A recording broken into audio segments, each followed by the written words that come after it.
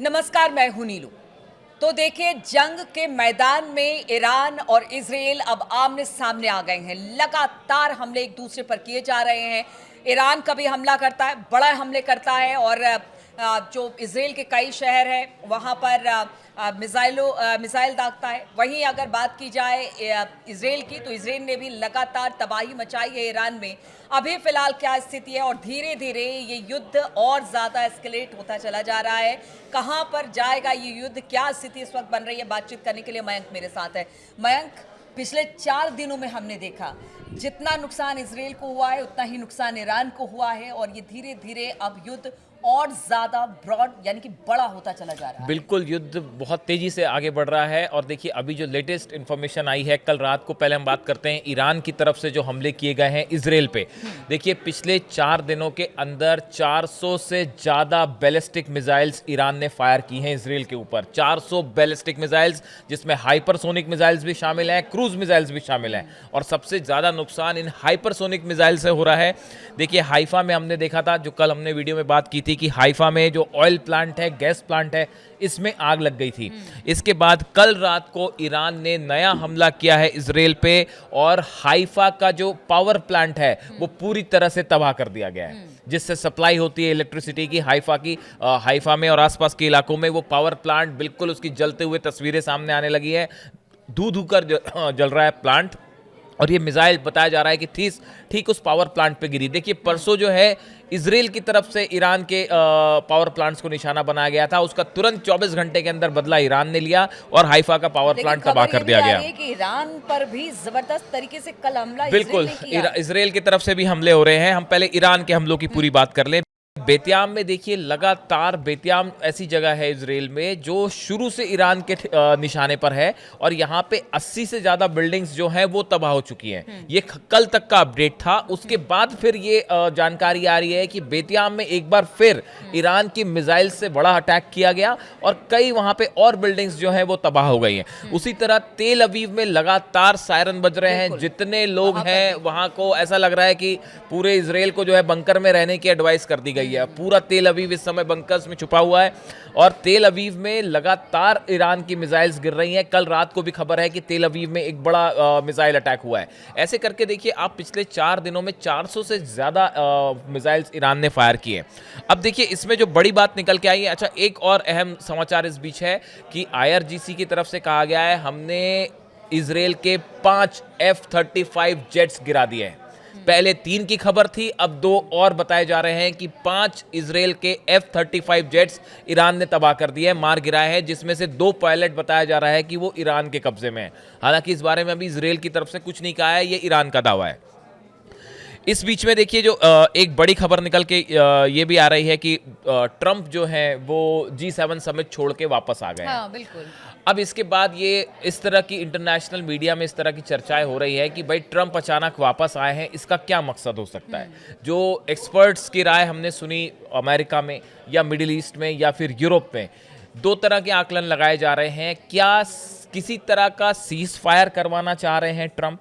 जिस तरह से नुकसान इजराइल को हुआ है, ईरान को हुआ है, और युद्ध आगे बढ़ रहा है, ये अगर ऑल आउट वॉर का रूप ले लेता है तो मामला बहुत बिगड़ सकता है। कल खबर ये भी आई थी कि पुतिन ने ट्रंप से बातचीत की थी, और एक मीडिएशन की बात हो रही है कि भाई बहुत ज़रूरी है, क्योंकि देखिए, अगर मिडिल ईस्ट में हालात बदतर होते हैं तो इसका खामियाजा पूरी दुनिया को उठाना पड़ सकता है। और जिस तरह के हमले हो रहे हैं और जिस तरह की स्थिति बनी हुई है, वैसे में तो बहुत जरूरी है कि अब इस पर कुछ बातचीत हो। इसीलिए मुझे लगता है अब देखिए, जो 2 बातें हैं कि क्या ट्रंप किसी सीज फायर को करवाना चाह रहे हैं अगले 24 घंटे में, और या फिर वो इजराइल की कुछ बड़ी मदद करना चाह रहे हैं हथियारों से। क्या अमेरिका किसी रूप में शामिल होगी?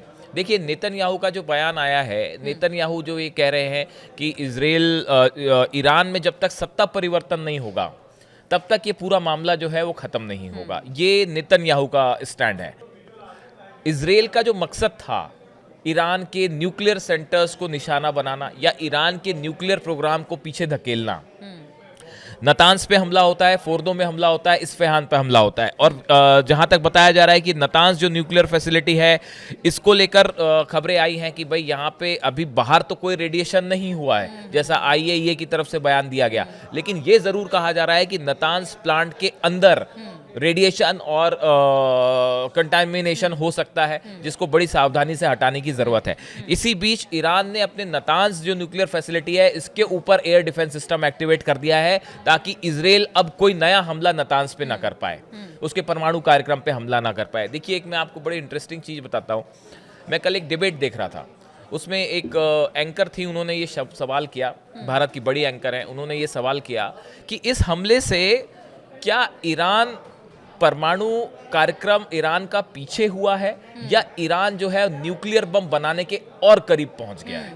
बड़ा देखिए, सवाल यही है, ये मयंक, एक सबके मन में ये ये सवाल है। बहुत बड़ा सवाल था। क्योंकि देखिए देखिए, जिस चीज को लेकर नेतन्याहू ने जितने परमाणु प्लांट है उस पर हमला किया, उससे ईरान की, कहते हैं ना कि आप बेसब्र हो जाते हो कि नहीं, अब अगर हमें कुछ अपने आप को करना है तो फिर यहाँ से उन्होंने एक अपने सदन में एक प्रस्ताव भी लेकर आए हैं, जो परमाणु अप्रसार संधि है उस पर अलग होने की बात हो रही है।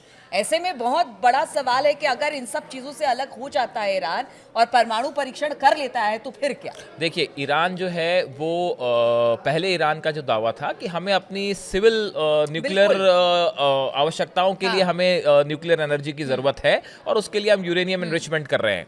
लेकिन अब जैसे हालात बन रहे हैं, ये जो हमला हुआ इजराइल से, अब सवाल ये है कि क्या इजराइल अपने लक्ष्य में पूरा हो गया है? क्या इससे ईरान का परमाणु कार्यक्रम रुक जाएगा? बिल्कुल नहीं रुकेगा। और अब जो एक खबर आ रही है कि ईरान ने जो है एक नया विधेयक तैयार किया है, वो एनपीटी जो है न्यूक्लियर नॉन प्रोलिफरेशन ट्रीटी है, इससे बाहर आने के लिए, अगर ईरान इससे बाहर आ जाता है और ईरान अगर अब परमाणु परीक्षण कर लेता है, तो ये अपने आप में पूरे मिडिल ईस्ट के इंटरनेशनल रिलेशंस को चेंज करने वाली खबर होगी।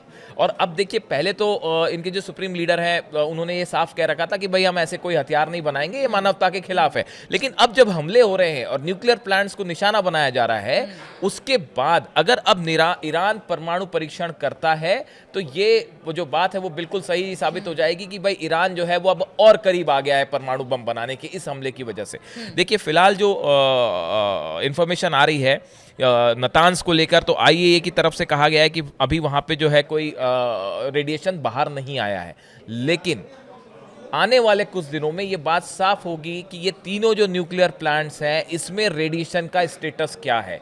क्या इजराइल इस पे फिर से हमला करता है? अगर फिर से किसी भी तरह का हमला होता है तो ये एक बड़ा न्यूक्लियर डिजास्टर साबित हो सकता है। लेकिन अब इसमें देखिए, कुल मिला के जो बड़ा सवाल ये है कि 4 दिन हो चुके हैं इस युद्ध को, अब यहाँ से आगे क्या? रूस और चाइना ईरान के साथ खड़े हैं, लेकिन वो तब तक अपनी फोर्सेस का इस्तेमाल नहीं करेंगे जब तक अमेरिका नहीं करेगा। नहीं तो क्या यही वजह है कि ट्रंप को जी सम्मेलन तुरंत छोड़कर जाना पड़ा? क्योंकि बात ये हो रही है कि अगर परमाणु कार्यक्रम या जिस तरह से प्रस्ताव लेकर अपने सदन में आने जा रहा है ईरान कि परमाणु अप्रसार संधि से अपने आप को अलग कर लेगा, तो क्या अब सिचुएशन ऐसी है कि अगर इसे नहीं रोका गया तो स्थिति और विकट होगी? इसीलिए ट्रंप को इसको इंटरवीन करना पड़ा।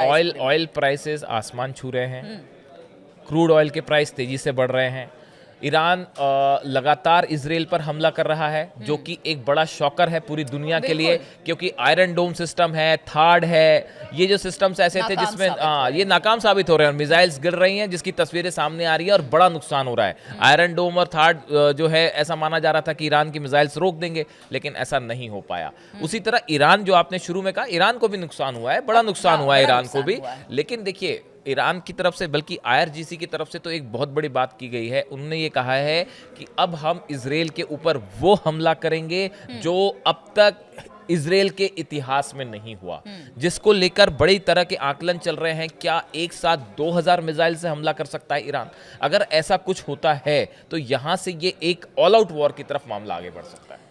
बिल्कुल, देखिए तो स्थिति और ज़्यादा विकट होती चली जा रही है। स्थिति इसलिए विकट होती चली जा रही है क्योंकि इजराइल ने ईरान पर हमला किया, फिर ईरान ने ज़बरदस्त तरीके से इसका जवाब दिया है, फिर इजराइल ने हमला किया है। और इस बीच तो खबर ये भी आ रही है कि अब अपने आप को ईरान ने परमाणु अप्रसार संधि से अपने आप को अलग करने की बात कर ली है। ऐसे में क्या लगता है कि जल्दी अब ईरान परमाणु परीक्षण कर लेगा? स्थिति और विकट इसको लेकर हो गई है। बातचीत का दौर लगातार इसे लेकर चल रहा है और खबर ये भी आ रही है कि अब कोशिश की जा रही है कि इस युद्ध को यहीं पर रोका जाए, वरना ये युद्ध विनाशकारी हो सकता है। इन तमाम खबरों पर लगातार हमारी नजर बनी रहेगी। आप बने रहिए हमारे साथ।